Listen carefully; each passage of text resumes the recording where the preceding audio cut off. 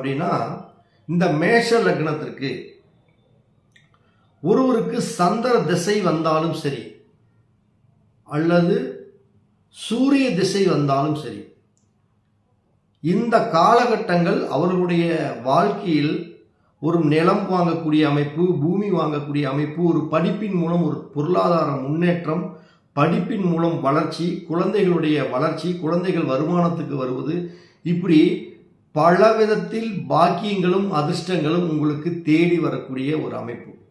இதில் இன்னும் ஒரு அட்வான்ஸாக அப்படி போகணும் அப்படின்னோம்னா, உங்களுடைய லக்னத்திற்கு, அதாவது மேஷ லக்னத்திற்கு சந்திர திசையே நடந்தாலும் அந்த சந்திரன் உங்களுடைய ஜாதகத்தில் ரோகிணி நட்சத்திரத்திலேயோ அல்லது அஸ்வினி நட்சத்திரத்திலேயோ அல்லது திருவோண நட்சத்திரத்திலேயோ இருந்து சந்திர திசை நடத்தினால் நிச்சயம் அந்த காலம் உங்களுக்கு ஒரு பொன்னான காலம்.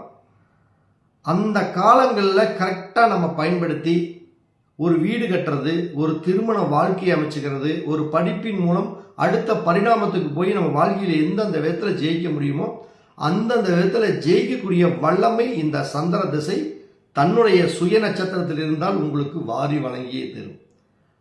அதே போல சூரியன் கிருத்திகை நட்சத்திரம், உத்திர நட்சத்திரம், உத்திராட நட்சத்திரம் ஆகிய சூரியனுடைய தன்னுடைய நட்சத்திரத்திலேயே இருந்து விட்டால் உங்களுக்கு அனைத்து விதமான பாக்கியங்களும் ஏற்படும். வெளியூர் செல்லக்கூடிய அமைப்பு, வெளிநாடு செல்லக்கூடிய அமைப்பு, வெளிநாட்டு பழக்க வழக்கங்கள், உயர்நிலையில் ஒரு ஏறுமுகமான உயர்கல்வியில் ஒரு ஏறுமுகமான ஒரு வாழ்க்கை, தொழில் வசியம், தொழிலின் மூலம் நல்ல வருமான வாய்ப்புகள், ஒரு திருமண வாழ்க்கை, இது எல்லாமே ஒரு சுபிட்சமாக அமைக்கக்கூடிய ஒரு அமைப்புகளாக இருக்கும்.